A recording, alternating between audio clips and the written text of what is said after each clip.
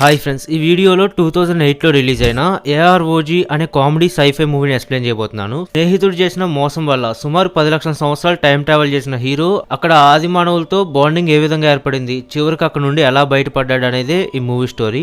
Opening scene లో మన hero ఎరిఫ్ సొంతంగా ఒక కార్పెంటర్ షాప్ ను రన్ చేస్తూ అందమైన అతని భార్యతో కలిసి చాలా హ్యాపీగా అతని మ్యారీడ్ లైఫ్ ను లీడ్ చేస్తూ ఉంటాడు. అయితే ఒక రోజు ఎరిఫ్ స్కూల్ ఫ్రెండ్ అయిన లోగార్ అనే సైంటిస్ట్ తన అసిస్టెంట్ తో కలిసి చాలా ఇయర్స్ తర్వాత ఎరిఫ్ ని మీట్ అవ్వడానికి వస్తాడు. అప్పుడు మన హీరో ముందర లోగార్ ని చూడగానే సర్ప్రైజ్ అయ్యి, అబ్బో సైంటిస్ట్ అని చెప్పబెట్టకుండా వచ్చాడు, ఇప్పుడు గుర్తొచ్చామా అంటూ చాలా ఆప్యాయంగా వెళ్ళి అతని ఫ్రెండ్ ని పలకరిస్తాడు. అప్పుడు లోగార్ కూడా ముందర చాలా ఫ్రెండ్లీగా మాట్లాడి అతను చాలా ఇయర్స్ కష్టపడి ఒక టైం మిషన్ ని తయారు చేసినట్టు, అది పక్కనే ఉందిరా రా చూద్దుగానని మాయ మాటలు చెప్పి అలా హీరోని అతని ల్యాబ్ లోకి తీసుకెళ్తాడు. హీరో కూడా ఎంతో ఎక్సైట్మెంట్ తో అక్కడికి వచ్చాక ఆ సైంటిస్ట్ మన హీరోని హిప్నటైజ్ చేసి తీరా కళ్ళు తెరిచి చూసేసరికి మన హీరో ఆ టైం మిషన్ కి అటాచ్ చేయబడి ఉంటాడు. అప్పుడే ఇదంతా సైంటిస్ట్ ప్లానే అని అర్థమవుతుంది. హీరో భార్యను దక్కించుకోవడం కోసమే ఈ పని చేసి ఉంటాడు. యాక్చువల్ గా సైంటిస్ట్ కి హీరో వైఫ్ మీద విపరీతమైన ఒబ్సెషన్ ఉండడం వల్ల సో ఆ టైం మిషన్ హెల్ప్ తో వీడిని పంపించేసి కొన్ని అడ్వాన్స్ మెకానిజమ్స్ వాడి ఆ చెడ్డవాడైన అతని ఫ్రెండ్ సేమ్ మన హీరోకి మళ్ళీ తయారైపోతాడు. ఇప్పుడు నేను 10 లక్షల సంవత్సరాలు వెనక్కి పంపించబోతున్నానంట,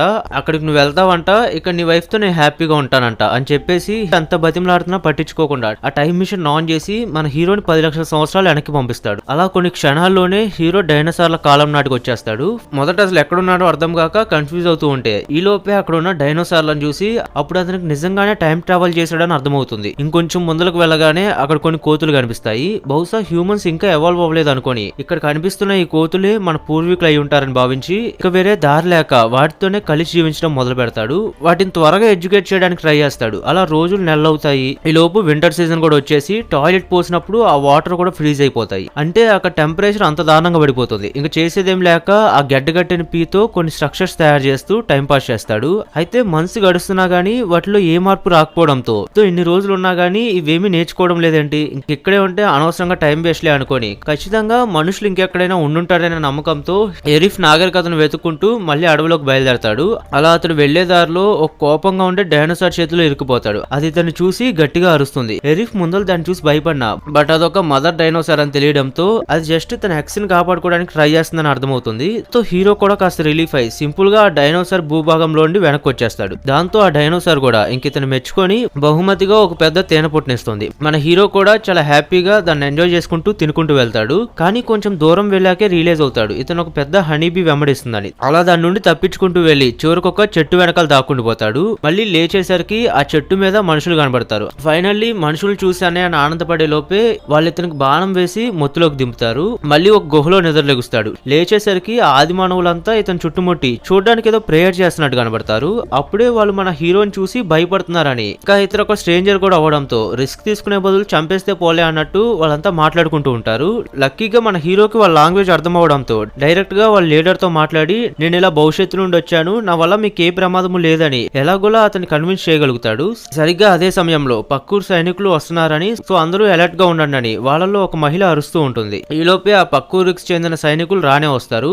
అప్పుడే వాళ్ళు వేరే తెగకు చెందిన ఆది మానవులని అని చూడడానికి వాళ్ళు చాలా బలంగా ఉండడంతో సో వాళ్ళకి బోరు కొట్టిన ప్రతిసారి ఇలా ఈ అమాయకపు తెగ దగ్గరకు వచ్చి వీళ్ళ మీద పెత్తనం చెలాయిస్తూ ఉంటారు. వీళ్ళు ఇన్ని రోజులు దాచుకున్న ఆహారాన్ని అంతా దోచుకొని ఇంకా సేనాధిపతి కిందకి దిగి ఈసారి మేము మా ఊర్లో ప్రత్యేకమైన కార్యక్రమం చేయబోతున్నాం, దానికోసం ఒక ముగ్గురు దిట్టంగా ఉండే మగవాళ్ళు కావాలని మీలో ఆ ముగ్గురిని మేమే ఎంచుకుంటామని చెప్తాడు. అన్ఫార్చునేట్లీ వాళ్ళంతలో ఎరిఫ్ ను కూడా సెలెక్ట్ చేస్తారు. ముందులో మన హీరో నిరాకరిస్తాడు. దాంతో వాళ్ళు ట్రాంక్విలైజర్ తో షూట్ చేసి మరి ఇతన్ని అన్కాన్షియస్ చేసి వాళ్ళ విలేజ్ కి తీసుకెళ్తూ ఉంటారు. అయితే వెళ్లే దారిలో టాసో అనే ఒక సైనికుడికి యాక్సిడెంట్ అయి పొరపాటున అతని తల బండరాయికి తగిలి అలా అతను గుర్రం మీద నుండి కింద పడిపోతాడు. అందువల్ల చెయ్యి ఇరిగిపోతుంది. టాసో నెప్పితో ఏడుస్తూ ఉంటే అది చూసిన ఆ సేనాధిపతి ఏంట్రా కదలేకపోతున్నావా, అయితే వీడికి చనిపోయాడని ఫిక్స్ అయిపోయి అలా అక్కడే రాళ్ళతో పూజ చేస్తూ ఉంటారు. ఈ లోపే మెలకులోకి వచ్చిన ఎరీఫ్ వాళ్ళు అలా చేయడం చూసి షాక్ అవుతాడు.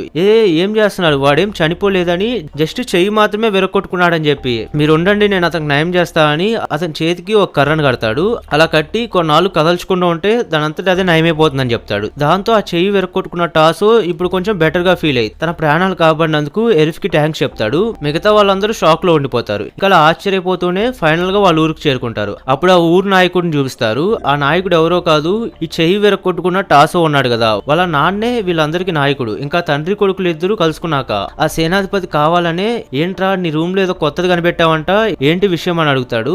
అప్పుడు టాసో కూడా గర్వంగా అతను చెక్కతో తయారు చేసిన మాస్క్ ను చూపించి వచ్చి అవునవును ఇది నేనే తయారు చేశా, చూడడానికి ఎలా ఉందని అడుగుతాడు. కానీ వాళ్ళ ఫాదర్ అది చూసి డిసప్పాయింట్ అయ్యి నువ్వేదో పెద్ద వారియర్ అవుతావు అనుకుంటే ఎప్పుడు చూసినా ఏదో కనిపెడుతూనే ఉంటావేంట్రా అని చెప్పి తిడతాడు.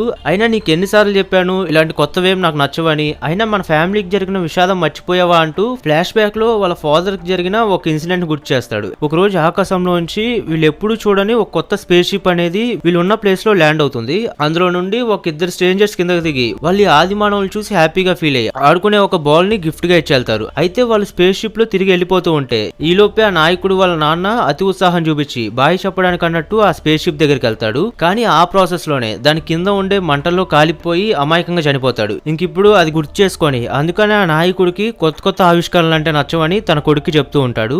ఇంకా వాళ్ళ నాన్న మీద ఉండే విపరీతమైన ఇష్టం కారణంగా చనిపోయిన వాళ్ళ నాన్న స్వర్గానికే వెళ్ళుంటాడని భావించి అందుకే స్వర్గం గోడలకి తాకేంత ఎత్తులో రాళ్లతో ఒక స్తూపాన్ని కట్టిస్తాడు. వాళ్ళ ఊర్లో ఎవరైనా ఆ స్తూపం ఎక్కి చనిపోయిన వాళ్ళ నాన్నని వెనక్కి తీసుకురాగలిగితే బోల్డ్ అని బహుమతులు ఇస్తానని ప్రకటించినా గానీ ఎవరు దాని పైకి ఎక్కడానికి ఆసక్తి చూపించరు. ఎందుకంటే ఇంతకు ముందు అది ఎక్కడానికి ప్రయత్నించిన చాలా మంది మధ్యలోనే కింద పడిపోయి చనిపోతారు. సో ఎలాగైనా వాళ్ళ నాన్నని వెనక్కి రప్పించుకోవాలనుకొని ఇలా పక్క ఊరు నుంచి మనుషులను తెప్పించుకొని మరి వాళ్ళ చేత బలవంతంగా ఆ టవర్ నెక్కిపిస్తూ ఉంటాడు. అయితే ఇప్పుడు ముందర ఎరిఫ్ నెక్కమండంతో ఎరిఫ్ ఇంక చేసేదేం లేక తిట్టుకుంటూనే ఆ టవర్ ఎక్కడం ప్రారంభిస్తాడు. అతని తెలివితేటలతో ఎలాగోలా ఆ టవర్ పై వరకు చేరుకోగలిగాక అయితే ఆశ్చర్యంగా దానిపైన ఆల్రెడీ ఎవరో మనిషి ఉండడం చూసి షాక్ అవుతాడు. ఏంటి కొంపతీసి ఇతరే ఆ నాయకుడు తండ్రా ఏంటని ఆశ్చర్యపోయి చూస్తూ ఉంటే కానీ చివరికి అతడు కూడా ఇంతకు ముందు ఇలానే పైకి వచ్చిన వాడే అని తెలుస్తుంది. మళ్ళీ కిందకి ఎలా దిగాలో తెలియక ఆ టవర్ పైన ఇరుక్కుపోతాడు. ఎరిఫ్ అది అర్థం చేసుకొని అతనికి హెల్ప్ చేయడానికి ప్రయత్నిస్తూ ఉంటే కానీ ఈలోపే అతని కాలు స్లిప్ అయి ఆ టవర్ మీద నుండి కింద పడి చనిపోతాడు. కానీ ఎరిఫ్ మాత్రం ఎలాగోలా సేఫ్ గా కిందకి దిగుతాడు. అది చూసి అక్కడ ఉన్న వాళ్ళంతా ఆశ్చర్యపోతారు. ఎందుకంటే ఇంతవరకు ఆ టవర్ ఎక్కిన వాళ్ళు ఎవరు ప్రాణాలతో తిరిగి రాలేదు. కానీ హీరో సేఫ్ గా తిరిగి వచ్చేసరికి దాంతో వాళ్ళందరూ ఇతన్ని మెచ్చుకొని చివరికి ఆ నాయకుడు కూడా ఎరిఫ్ ని పొగడ్తలతో ముంచెత్తాడు. అఫ్ కోర్స్ వాళ్ళ నాన్నని తీసుకురానందుకు కొంచెం అప్సెట్ అయినా కానీ నువ్వు సేఫ్ గా మళ్ళీ తిరిగి వచ్చావు కదా అదే చాలా గొప్ప విషయం అని అంటుంటాడు. అప్పుడు టాసో కూడా ఇతని టాలెంట్ చూసి ఇంప్రెస్ అయ్యి నీలాంటి వాళ్ళు నా పక్కన ఉంటే నేను ఇంకా చాలా కొత్త కొత్త విషయాలు కనిపెట్టగలనని చెప్పి సో అందుకని నువ్వు ఎప్పుడు నా పక్కనే ఉండాలని చెప్తాడు. ఇంకా బహుమతిగా ఎరిఫ్ రూపాన్ని ఆ రాయి మీద పెయింటింగ్ వేస్తాడు. అది చూసి ఎరిఫ్ ఆశ్చర్యపోయేసరికి ఇంకా అతను వేసిన చాలా పెయింటింగ్స్ ని చూపిస్తూ కానీ ఒక పెయింటింగ్ దగ్గరకు వచ్చేసరికి మాత్రం దాపెట్టుకోవడానికి ట్రై చేస్తాడు. అబ్బో అసలు అందులో ఏముందా అని చూస్తే అనుకున్నట్టే అదొక అమ్మాయి పెయింటింగ్. యాక్చువల్ గా ఎరిఫ్ ని తీసుకొచ్చిన ఆ పక్కనున్న విలేజ్ లోనే మీమి అనే ఒక అందమైన అమ్మాయి ఉంటుంది. తన పైన టాసోకి మొదటి నుంచి క్రష్ ఫీలింగ్ ఉందన్నమాట. సో అందుకని ఇలా తన పెయింటింగ్ వేసి దాన్ని చూసుకొని మురిసిపోతూ ఉంటాడు. అయితే వీడు అమాయక ప్రేమను చూసిన ఆ హీరోకి ఒక్కసారిగా అతని వైఫ్ గుర్తొస్తుంది. దాంతో ఆ టాసో కాళ్ళ వెళ్ళపడి నేను ఎలాగైనా తిరిగి నా కాలానికి వెళ్ళిపోవాలి, ఇదివరకు స్పేస్ షిప్ లో కొంతమంది వచ్చారంట కదా వాళ్ళు మీకు ఏమైనా వస్తువులు ఇచ్చారా అని అడుగుతూ ఉంటాడు. ఆ వస్తువులతో టైం మిషన్ ని తయారు చేసి మళ్ళీ తిరిగి అతని కాలానికి వెళ్ళిపోవాలనుకుంటాడు. కానీ టాసో మాత్రం వాటి మీద ఆశలు పెట్టుకోకని చెప్పి ఎందుకంటే ఆ వస్తువులన్నీ మా నాయకుడు గుహలో లాక్ చేయబడి ఉన్నాయి. కేవలం అవే కాదు నేను కనిపెట్టిన వస్తువులు కూడా మా నాన్న లాగేసుకొని ఆ గుహలోనే దాపెట్టుకున్నాడని చెప్పి మా నాన్నని కాదని అవి నీకు తెచ్చివ్వలేనని చెప్తాడు. కానీ ఎరిఫ్ ఆ అమ్మాయితో నేను కల్పిస్తానరా అనగానే ఆ ఒక్క మాటతో ఇంకా హెల్ప్ చేయడానికి ఒప్పుకుంటాడు. అనుకున్నట్టే ఆ రోజు రాత్రి సీక్రెట్ గా గుహలోకి ఎంటర్ అయ్యి ఎవరికి తెలియకుండా వాళ్ళ నాన్న దాచిపెట్టిన ఆ వస్తువుల్ని దొంగలించి తీసుకెళ్తూ ఉంటారు. కానీ అప్పుడే ఆ సేనాధిపతి వీళ్ళని చూసేయడంతో ఇంకా వీళ్ళిద్దరిని తీసుకెళ్లి వాళ్ళ నాయకుడికి అప్పచెప్పేస్తాడు. ఎక్స్పెక్ట్ చేసినట్టే వాళ్ళ కొడుకు పెద్ద నాయకుడు అవుతాడు అనుకుంటే చివరికి ఇలా దొంగ అవ్వడం చూసి నాయకుడు చాలా డిసప్పాయింట్ అవుతాడు. అందుకే వాళ్ళందరి ముందర అతని కొడుకును అవమానిస్తూ ఉండేసరికి ఇంకా టాసో కోపం వచ్చి హీరోని తీసుకొని అతను అంతటా అతనే ఆ ఊరు నుండి బయటకు వచ్చేస్తాడు. ఇంకా నెక్స్ట్ సీన్ లో వీళ్ళిద్దరూ ఫారెస్ట్ లో వెళ్తూ టాసో నాకు నా క్రష్ ని చూడాలనిపిస్తుందని అడగడంతో దాంతో వీళ్ళిద్దరూ ఆ పక్కనే ఉన్న విలేజ్ లోకి వెళ్తారు.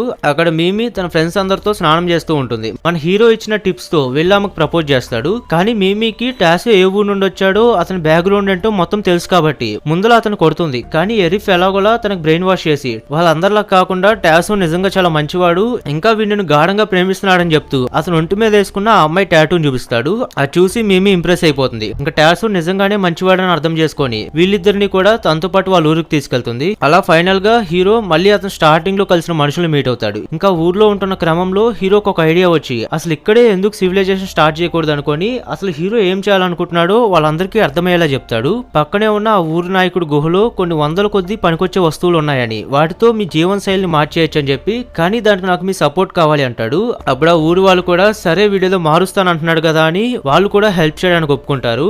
ఇండైరెక్ట్ గా ఇప్పుడు ఆ గ్రామానికి ఎరిఫే కొత్త నాయకుల్లా మారతాడు. ఇంకా గ్రామ ప్రజల సహాయంతో మళ్ళీ నైట్ ఆ గుహలోకి వెళ్లి ఈసారి సక్సెస్ఫుల్ గా అక్కడున్న వస్తువులన్నీ తెచ్చేసుకుంటాడు. ఇంకా వస్తువుల ఆధారంగా కొత్త కొత్త ఆవిష్కరణలు చేసి అతి తక్కువ సమయంలోనే ఆ గ్రామం రూపురేఖలు జీవితాలు మార్చేస్తాడు. దాదాపు కొన్ని వేల సంవత్సరాల లైఫ్ ని ఫాస్ట్ ఫార్వర్డ్ చేసేసి వాళ్ళ లైఫ్ స్టైల్ ని ఇంప్రూవ్ చేస్తాడు. ఆడోళ్ళకి రుచికరంగా వంట చేయడం నేర్పించి ఇంకా అతనే ఆ ఊరికి మినిస్టర్ గా డిక్లేర్ చేసుకుంటాడు. కానీ ఇంకా అతనికి సాటిస్ఫాక్షన్ అయితే ఉండదు. ఎందుకంటే వాళ్ళు బతికే విధానాన్ని మారుస్తాడు కానీ వాళ్ళ మైండ్ సెట్ ని అయితే మార్చలేకపోతాడు. అదే క్రమంలో ఇటువైపు ఆ పక్క ఊర్లో నాయకుడికి ఇలా అతను గుహలోని వస్తువులు దొంగిలించి వీళ్ళు ఊరిని డెవలప్ చేసుకున్నారనే విషయం తెలిసిపోతుంది. దాంతో ఆ నాయకుడు కోపం వచ్చి వెళ్లి మన వస్తువులు కలెక్ట్ చేసుకురామని వాళ్ళ సేనాధిపతిని పంపిస్తాడు. అయితే ఆ సేనాధిపతి అక్కడికి రాగానే ముందు వీళ్ళు ఇక్కడ తయారు చేసుకున్న యంత్రాలన్నీ చూసి ఆశ్చర్యపోతాడు. మర్యాదగా అవి మాకు ఇచ్చేయమని డిమాండ్ చేస్తాడు. కానీ ఎరిఫ్ మాత్రం అలా అందరి ముందరే ఎగతాళి చేసేసరికి దాంతో అతను చాలా అవమానంగా ఫీల్ అయ్యి మళ్ళీ రివెంజ్ తీర్చుకోవడానికి ఖచ్చితంగా వస్తా అని చెప్పి వెళ్ళిపోతాడు. ఒక రోజు ఎరిఫ్ వాళ్ళని తీసుకొని పిక్నిక్ వెళ్ళొచ్చాక కానీ వాళ్ళు తిరిగి వచ్చేసరికి ఆ ఊరు మొత్తం చల్లా చెదరైపోయి ఉంటుంది. దీని అంతరికి కారణం ఆ పక్కూరు వాళ్ళే అని అర్థమవుతుంది. ఇంకా వీళ్ళు తయారు చేసుకునే యంత్రాలు కూడా తీసుకెళ్లిపోయారని తెలిసేసరికి దాంతో ఎరిఫ్ కి ఇంకా విసుగొచ్చేసి వెంటనే వీళ్ళు ఆపోజిట్ ఊర్లో ఉన్న ఆ నాయకుడి దగ్గరికి వెళ్లి ఆయనతో ఒక డీల్ మాట్లాడతాడు. ఇలా మనం గొడవలు పడడం వల్ల ఉపయోగం లేదని బదులుగా మనందరం పోటీ పెట్టుకొని ఒక ఫుట్బాల్ గేమ్ ఆడదాం. ఒకవేళ అందులో మేము గాని గెలిస్తే మీరు తీసుకున్న వస్తువులన్నీ మాకు తిరిగి ఇచ్చేయాలి. అదే మీరు గెలిచారంటే నేను మీకోసం ఆ మిగిలిపోయిన టవర్ ని పూర్తి చేసి పెడతానని చెప్పి అది ఎంత పొడుగ్గా నిర్మిస్తానంటే ఆఖరి స్వర్గంలో ఉన్న మీ నాన్నని తీసుకొచ్చేంత వరకు కూడా నేను ఆ స్తూపాన్ని కడుతూనే ఉంటానంటాడు. మరి మీరు ఈ డీల్ కి ఒప్పుకుంటారా అని అడగగానే ఆశ్చర్యంగా ఆ నాయకుడు కూడా వెంటనే ఒప్పేసుకుంటాడు. ఎందుకంటే వాళ్ళకి ఫుట్బాల్ ఆట అనేది వెన్నతో పెట్టిన విద్య. చనిపోయిన వాళ్ళ నాన్నకు గుర్తుగా వంశపారపర్యంగా వీళ్ళ ఆటను కొనసాగిస్తూ వస్తున్నారు. సో ఆ నాయకుడికి ఆల్రెడీ టీం రెడీగా ఉండిద్ది. కానీ ఇటు పక్క హీరో విలేజ్ కి వచ్చాక ఇక్కడ ఎవర్రా ఫుట్బాల్ బాగా ఆడేదని అడిగితే కానీ వాళ్ళెవరు మాకు అసలు ఆ బాల్ అంటే ఏంటో కూడా తెలియదని అంటారు.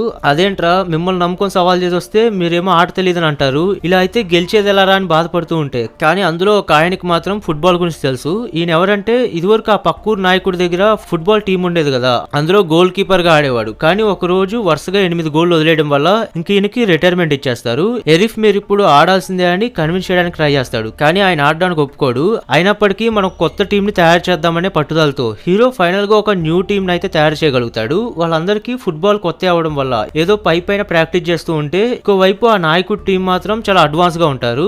ఎరిఫ్ టీం కి ఏం తెలియడం లేదు. ఎలాగోలా బాగా ట్రైనింగ్ ఇచ్చి ప్రాక్టీస్ చేయించాక వాళ్ళంతా ఒక దారిలోకి అయితే వస్తారు. ఫైనల్ గా ఆ మ్యాచ్ జరిగే రోజు రానే వస్తుంది. 2 టీములతో పాటు 2 గ్రామాలకు చెందిన ప్రజలు కూడా వస్తారు. గేమ్ స్టార్ట్ అయ్యింది. అనుకున్నట్టే ఆ నాయకుడి టీం వాళ్ళు చాలా క్రూయల్ గా ఆడుతూ వీళ్ళని చాలా ఈజీగా ఓడించేస్తూ ఫస్ట్ హాఫ్ లోనే 4 గోల్స్ కొట్టేస్తారు. అయితే ఫస్ట్ హాఫ్ ముగిసే సమయానికి హీరో వాళ్ళు కూడా ఎలాగోలా ఒక పాయింట్ సాధిస్తారు. కానీ ఆ సంతోషంలో వాళ్ళ టీంలోని ఒక టీం మెంబర్ ఎగురుకుంటూ వెళ్లి ఆ పక్కనే ఉన్న మంటల్లో పడిపోయి చనిపోతాడు. ఆల్రెడీ వాళ్ళు 3 గోల్స్ వెనకపడి ఉండడంతో సో ఇంకా హోప్స్ అన్ని కోల్పోతుండేసరికి హీరో వాళ్ళకి ధైర్యం చెప్పి ఎంకరేజ్ చేస్తుంటాడు. మీరు అనుకున్నట్టు నేను మనిషిని కాదు ఏలియన్ అని అబద్ధం చెప్పి జస్ట్ మీ గ్రహం మీద ఫుడ్ బాగుండిద్దంటే ఇక్కడికి వచ్చాను. సో నాకు చాలా పవర్స్ ఉన్నాయి. ఇప్పుడు అవి యూజ్ చేసి మ్యాచ్ ని గెలిపిస్తాను. సో మీరు మీ బెస్ట్ ఇవ్వండి చాలు, మిగతాదంతా నేను చూసుకుంటాను అంటాడు. దాంతో ఇంకా వాళ్ళకు కూడా గెలుస్తామన్న నమ్మకం వచ్చేసి సెకండ్ హాఫ్ మొత్తం బాగా ఆడతారు. స్కోర్ ఈక్వల్ అవుతుంది. ఇంకో గోల్ ఎవరు కొడితే వాళ్ళే విన్ అన్నమాట.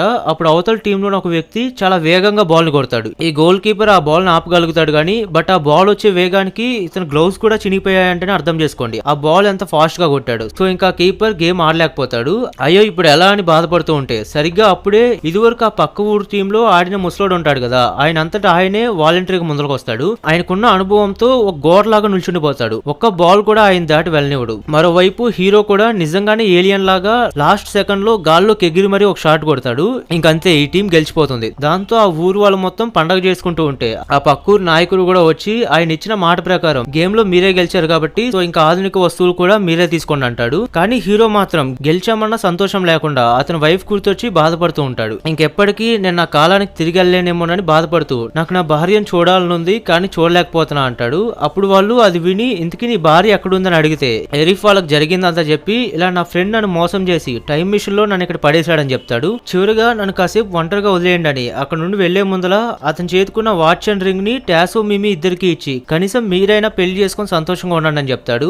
అప్పుడే అక్కడ ఫ్లాష్ లైట్ లాగా ఏదో వెలుగుతూ ఉండేసరికి ఏంటా అని చూస్తే ఎరిఫ్ వైఫ్ వచ్చి ఉంటుంది. అది చూసి ఎరిఫ్ సర్ప్రైజ్ అయ్యి వెళ్లి వెంటనే తనని హగ్ చేసుకుని నువ్వేలా ఇక్కడికి వచ్చావని అడుగుతాడు. అప్పుడు తను జరిగిందంతా ఎరిఫ్ కి చెప్తూ నువ్వు ఆ రోజు నీ ఫ్రెండ్స్ తో బయటకు వెళ్ళావా కానీ వెళ్ళొచ్చిన కానించి ఎందుకో నీ బిహేవియర్ లో తేడా వచ్చిందని. దానికి తోడు ఒక రోజు ఇంటర్నెట్ లో తనకు ఒక ఆర్టికల్ కనబడింది. అందులో 10 లక్షల సంవత్సరాల క్రితం నాటి రింగ్ అండ్ వాచ్ ని ఆర్కియాలజిస్ట్ తవ్వకాల్లో బయటపడినట్టు తీరా వాటి గురించి ఎంక్వైరీ చేస్తే అది వాళ్ళ ఎంగేజ్మెంట్ రింగ్ అని తెలిసిపోతుంది. సో ఇంకా డాట్స్ అన్ని కనెక్ట్ చేసి చూస్తే నీ సైంటిస్ట్ ఫ్రెండే ఏదో గోల్మార్ చేసి ఉంటాడని డౌట్ వచ్చి నీలా వేషం వేసుకుని ఉన్న నీ ఫ్రెండ్ కనిపెట్టేసి సేమ్ అదే టైం మిషన్ లో నిన్ను వెతుక్కుంటూ ఇక్కడికి వచ్చానని చెప్తుంది. ఇదంతా తెలిసి ఎరిఫ్ చాలా సంతోషపడతాడు. అక్కడ ఉన్న వాళ్ళందరికీ థ్యాంక్స్ చెప్పి కెరిఫ్ తన భార్యతో కలిసి మళ్ళీ అతని కాలానికి తిరిగి వెళ్ళిపోతాడు.